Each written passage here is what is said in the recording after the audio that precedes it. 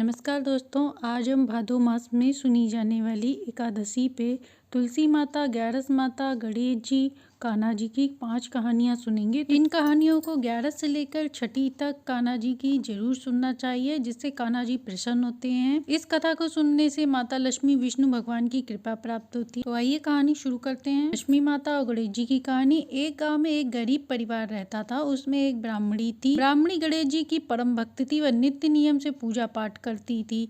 एक बार गणेश जी से वह बोली कि गणेश जी, घर में तो कुछ भी नहीं है, मैं क्या आपको भोग लगाऊं। तब गणेश जी बोले, मैया तुम चिंता मत करो, तुम लक्ष्मी मैया का न्योता देकर आओ। तब ब्राह्मणी बोली कि वह कहाँ मिलेंगी।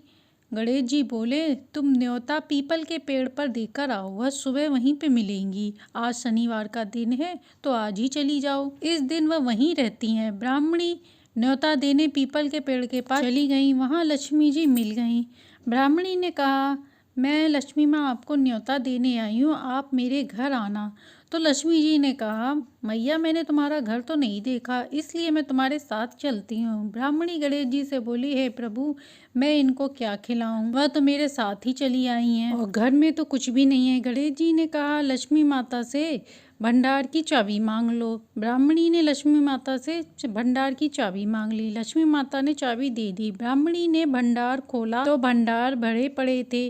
ब्राह्मणी ये देख खुश हो गई और अब उसने माता लक्ष्मी और अन्य देवी देवताओं के लिए 56 भोग बनाए और भोग लगाया। सभी ने पेट भर खाया। लक्ष्मी माता जाने लगी।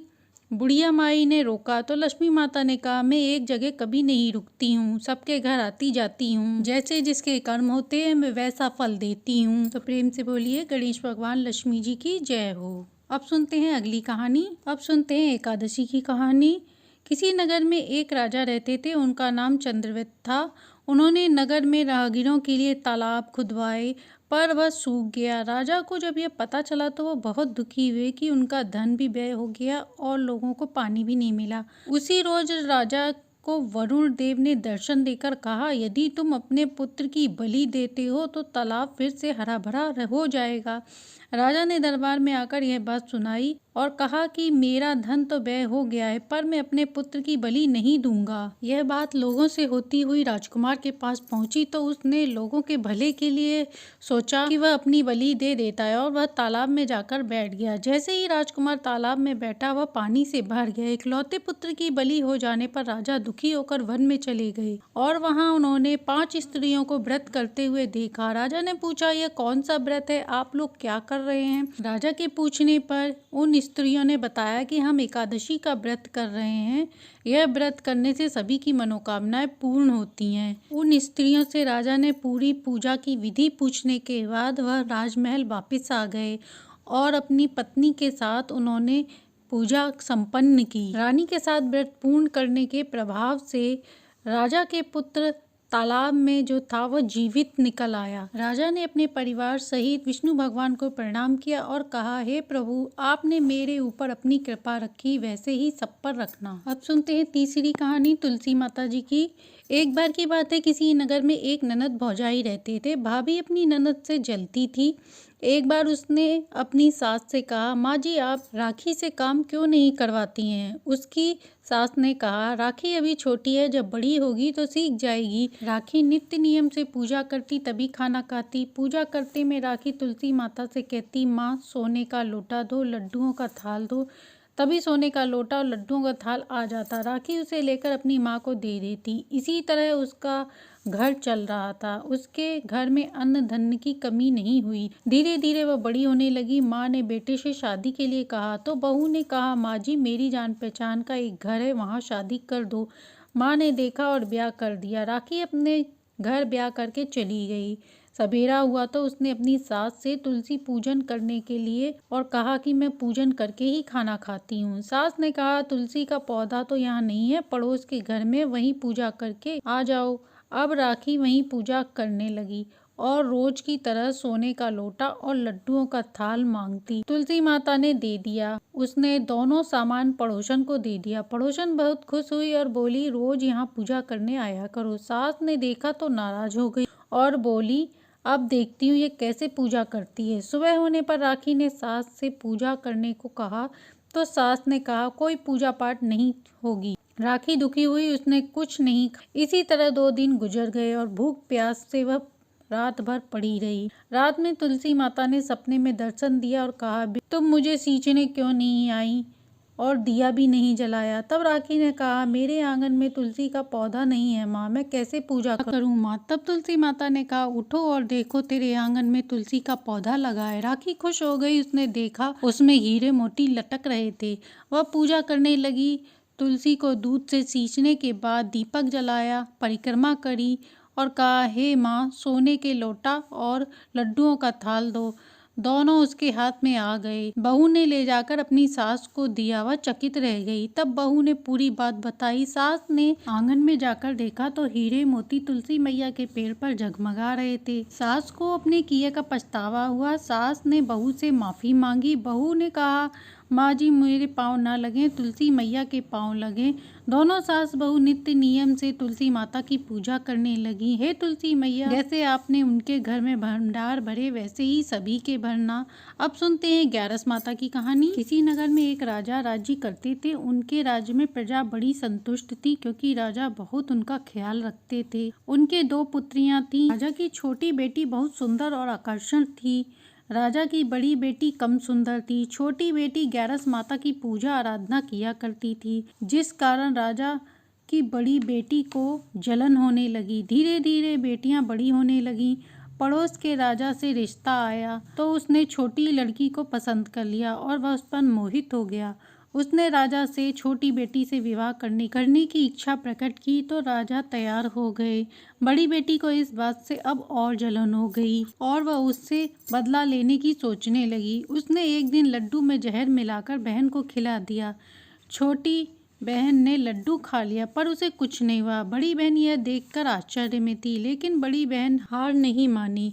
अब कि उसने उसे कुएं में धक्का देने का सोचा और उसे कुएं में पानी भरने के बहाने से ले गई और वहां उसे धक्का दे दिया, पर इस बार भी उसे कुछ नहीं हुआ। हर बार ग्यारस माता उसकी रक्षा करती थी। एक दिन उसने अपनी छोटी बहन से कहा बहन, सबकी मृत्यु निश्चित है, क्या तुम अपनी मृत्यु जानती हो? छोटी बहन ने बताया हाँ मैं जानती हूँ।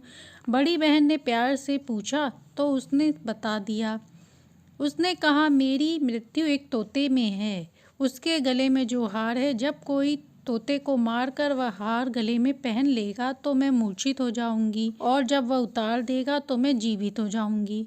अपनी बहन की मृत्यु का राज जानकर वह खुश हो गई। छोटी बहन को भी आभास हो गया था कि कोई न कोई उसे मारना चाहता है। वह अपने पिताजी के पास गई और बोली पिताजी, यदि मेरी मृत्यु हो जाए तो आप मुझे जलाना नहीं, पुरानी हवेली में रख देना। यह बात सुन राजा आश्चर्य में थे। उन्होंने कहा बेटा तुम ऐसी बात क्यों कर रही हो? 2 दिन बाद तुम्हारी शादी है। और वह वहां से चली गई। 2 दिन बाद राजकुमार से छोटी बेटी का विवाह शुरू हो गया। राजा की छोटी बेटी फेरे ले रही थी, तभी बड़ी बहन छोटी बेटी के कमरे में जाकर तोते को पकड़ लेती है और उसके गले में हार जो था उसको मारकर पहन लेती है, जिससे छोटी बेटी वहीं पर मूर्छित होकर गिर जाती है। राजा उसे वैद्यों को दिखाते हैं पर कोई असर नहीं पड़ता। वैद्यों ने देखा और बताया कि ना तो ये जीवित है ना ये मरी हुई है, यह तो पहली बार देख रहे हैं। पर बताने से मना कर दिया और कहा कि यह बात अगर कोई बाहर बताएगा तो उसे मृत्यु दंड दिया जाएगा। राजा की छोटी बेटी को पुरानी हवेली में पलंग पर लिटा दिया गया। सभी वहां से चले गए। एक द्वारपाल वहां खड़ा कर दिया गया। इसके बाद राजा भी महल में आ गए। राजा की बड़ी बेटी राजा के पास पिताजी, यदि आप चाहते हैं मैं आपकी इज्जत बचा सकती हूँ। यदि यह शादी संपन्न हो जाती है तो आपकी इज्जत बची रहेगी। राजा ने बड़ी बेटी की बात मान ली। राजा ने बड़ी बेटी से छोटी बेटी के कपड़े बदलवा कर उसको मंडप में भेज दिया। राजकुमार जान गया कि यह बड़ी बेटी है। राजकुमार ने शादी से मना किया पर सबने जबरदस्ती शादी करवा दी। राजकुमार बड़ी बेटी से ना तो बात करता ना उसे पसंद करता। राजकुमार ने यह फैसला किया कि वह अपनी बड़ी पत्नी को ढूंढेगा और वह घोड़े पर सवार होकर महल के पास पहुंचता है तो देखता है कि यह तो पुरानी हवेली ससुर जी की है, यहाँ पर कोई रहता नहीं है, फिर यह द्वारपाल क्यों खड़ा है? राजकुमार ने देखा और पूछा तुम लोग यहाँ क्या कर रहे हो? यहाँ पलंग पे कौन लेटा है? सैनिकों ने बताया कि यह छोटी रानी है। राजकुमार प्रसन्न हो गए और वहीं रुक गए। रात होने पर राजा की छोटी बेटी उठकर खड़ी हो गई और बोली, आप यहाँ कैसे? तो राजकुमार ने सारी बात बता दी। उसकी बात सुनकर राजकुमारी ने भी अपनी सारी हाल बता दिया और बताया कि एक तोते में उसकी जान बचती है। यह बात उसने अपनी बड़ी बहन को बताया था और उसे मालूम था उसी ने ये सब किया है। उसके पास एक हार है जिसे वह सुबह पहन लेती है तो वह मूर्छित हो जाती है और रात को उतार देती है तो वह जीवित हो जाती है। यदि वह हार उसके पास आ जाए तो वो हमेशा के लिए जीवित हो जाएगी। राजकुमार ने यह सुनकर वहीं रहने का निर्णय किया और कहा कि वह अब यहीं रहेगा और बचा हुआ एक फेरा राजकुमारी के पलंग के साथ ले लिया। वहीं विवाह पूर्ण किया। अब राजकुमार वहीं रहने लगा। कुछ समय बाद रानी गर्भवती हो गई। राजकुमार को किसी काम से बाहर जाना पड़ा। तब छोटी रानी के पेट में बहुत तेज दर्द होने लगा। इसके बाद उसने ग्यारस माता का आह्वान किया। ग्यारस माता वहां प्रकट हो गईं। उन्होंने अपने भक्त का दर्द दूर किया और एक सुंदर पुत्र की प्राप्ति कराई। कुछ देर बाद राजकुमार वहां आया। उसने ग्यारस माता को प्रणाम किया। ग्यारस माता ने कहा, जब यह पुत्र 5 साल का हो जाए तब अपनी पत्नी का हार गले में लाकर पहना देना। माता अंतर ध्यान हो गई। कुछ समय बाद धीरे धीरे लड़का 5 साल का हो गया।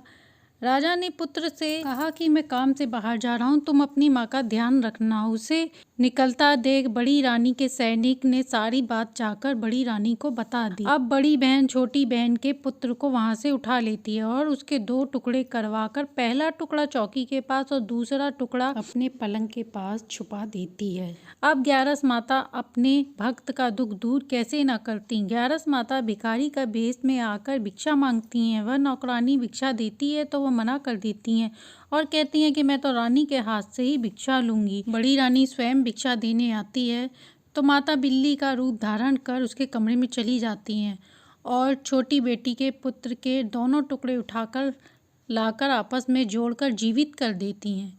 एक दिन राजकुमार अपनी बड़ी रानी के पास जाकर कहता है कि तुम इस बच्चे का ध्यान रखोगी तो मैं तुमसे बात करूँगा।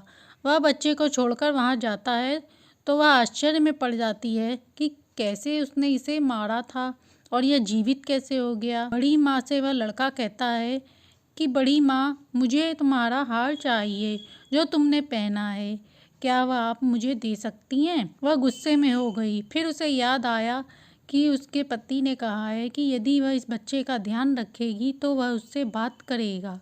वह हार बच्चे को दे देती। बच्चा हार लाकर अपने पिता को दे देता है। इसके बाद दोनों लोग वहां से चले जाते हैं और पत्नी से बोला, तुम खाना बनाकर रखना, साथ में खाएंगे। इसके बाद वह राजा के पास जाकर उसे सारी बात बता देता है। राजा अपनी बड़ी बेटी की इस करतूत से बहुत क्रोधित होता है। राजकुमार को अपनी छोटी बेटी के साथ रहने के लिए आदेश दे देता है। बड़ी बेटी को वन में पहुंचा दिया जाता है। इस प्रकार बड़ी बेटी को अपनी करनी का फल मिलता है। हे ग्यारस माता, आपने अपनी भक्त की व उसके पुत्र की रक्षा की, वैसे ही अब सुनते हैं 5वीं कहानी राधा कृष्ण जी की। पर जन्माष्टमी की धूम मची थी। यह देख राधा मैया श्री कृष्ण खुश हो रहे थे। उन्होंने राधा जी से कहा, मेरे जन्मदिन की तैयारी हो रही है, मैं धरती पर भ्रमण करने जा रहा हूँ अपने भक्तों के परीक्षा लेने के लिए। दादाजी ने कहा, तो मैं भी साथ चलूंगी। धरतीवासी बड़े धूमधाम से आपका जन्मदिन मना रहे हैं। कृष्ण जी ने कहा, हाँ, तुम्हारे बिना तो मैं अधूरा हूँ, चलो तुम भी साथ में चलो। दोनों साथ में चल दिए। राधा जी ने कहा, कान्हा, तुम्हें तो सब गोपाल रूप में पूजते हैं, इसीलिए हम छोटे बच्चे के रूप में जाएंगे। कान्हा ने कहा, अति उत्तम। अब दोनों धरती पर जाने की तैयारी कर ही रहे थे, वैसे ही कुछ लोग और आ गए और वे बोले, कान्हा, तुम अकेले जा रहे हो?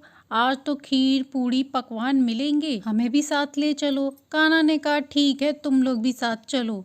सभी लोग बच्चे का रूप धरकर धरती पर चल दिए। सभी एक गांव में पहुंचे जहां राधा रानी ने कहा कि बहुत तेज भूख लगी है, चलो चलकर कुछ खाते हैं। कान्हा ने कहा, चलो उस घर में चलते हैं। जब सब घर में चलते हैं, किसी ने टोक दिया, कहाँ जा रहे हो? चलो यहाँ से। एक महिला ने कहा, मैं भगवान श्री कृष्ण के भोग की तैयारी कर रही हूँ, तुम लोग क्यों आ गए हो? श्री कृष्ण जी बालक रूप में कहे, हाँ, हमें बहुत भूख लगी है, कुछ खाने को दे दो।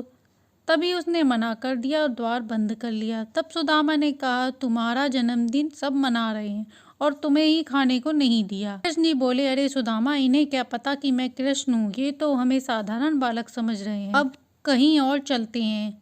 जब वह दूसरी जगह गए तो वहाँ भी आरती हो रही थी। अब वह थक गए थे। कहते हैं अगर यहाँ कुछ नहीं मिला तो अब हम अपने लोग को चले जाएंगे। राधा जी ने कहा ठीक है। अब वह बहुत गरीब घर में जा पहुँचे। की बहू मंदिर से खीर प्रसाद लाई थी, सभी वही खा रहे थे। कृष्ण जी व उनकी टोली वहाँ पहुँच गई और कहा माँ बहुत भूख लगी है, थोड़ा प्रसाद दे दो। सास ने कहा कुछ नहीं है, यह बच्चे आ गए। तभी बहू ने कहा माँ जी आज कृष्ण भगवान का जन्मदिन है, क्या पता ये बच्चे झांकी देखने निकले हों, रास्ते में भूख लगाई हो। थोड़ी खीर है मेरे पास, मैं इन्हें दे देती हूँ। द्वार पर आए बच्चों को खाली हाथ नहीं लौटाना चाहिए। तभी उनके दोनों बच्चों ने भी कहा माँ हमसे भी थोड़ी खीर ले लो। यह सुनकर कृष्ण बोले राधे इन बच्चों में कितना प्रेम है, कान्हा देखो इन्होंने अपने हिस्से की खीर भी हमें दी। सास ने कहा तुम लोग पागल हो, एक बात सुन लो, मैं अपनी खीर में से नहीं दूंगी। बहू ने खीर ले जाकर कहा ये लो बच्चों, इसे मिलकर खा लो। कान्हा ने कहा बस इतनी सी खीर, इससे तो हमारा पेट नहीं भरेगा। तब बच्चों ने कहा माँ थोड़ी खीर हमारे से ले लो। तब उसके पति ने भी थोड़ी सी खीर दे दी। तब राधा ने कहा ये तो बहुत गरीब हैं, यदि हम इनकी खीर खा लेंगे तो ये लोग क्या खाएंगे। कृष्ण जी ने कहा राधे तुम चिंता मत करो, ये लोग भूखे नहीं रहेंगे। इसके बाद सावित्री ने कहा बर्तन लाओ। सावित्री बर्तन रखती जाती और खीर से वह भरते जाते। देखते देखते बर्तन खीर से भर गए, सभी खुश हो गए और सभी ने कहा हमारे भाग्य धन हो गए, ये तो साक्षात कान्हा हमारे घर पधारे हैं। सब ने कहा हे कृष्ण मुरारी हमें अपना रूप दिखाओ। इतना सुंदर दृश्य देख सभी रो पड़े। कृष्ण जी ने कहा माँ ये सत्य है, जो भूखे को भोजन कराता है, प्यासे को पानी पिलाता है, मैं उसकी सहायता अवश्य करता हूँ। मैं पृथ्वी पर भ्रमण करने आया था, आज का पावन दिन है, सभी ने सेवा की है, इन्हें फल अवश्य देना चाहिए। जहाँ जहाँ राधा कृष्ण ने हाथ घुमाया वहाँ धन के भंडार भर गए, उसके घर में सुख शांति हो गई। तो ये थी भादो मास में सुनी जाने वाली 5 कहानियाँ, जिसे सुनने से घर में सुख सौभाग्य में वृद्धि होती है, धन का आवागमन होता है, क्योंकि यह महीना कृष्ण जी को समर्पित है। तो कहानी अच्छी लगी हो तो लाइक एंड सब्सक्राइब करें।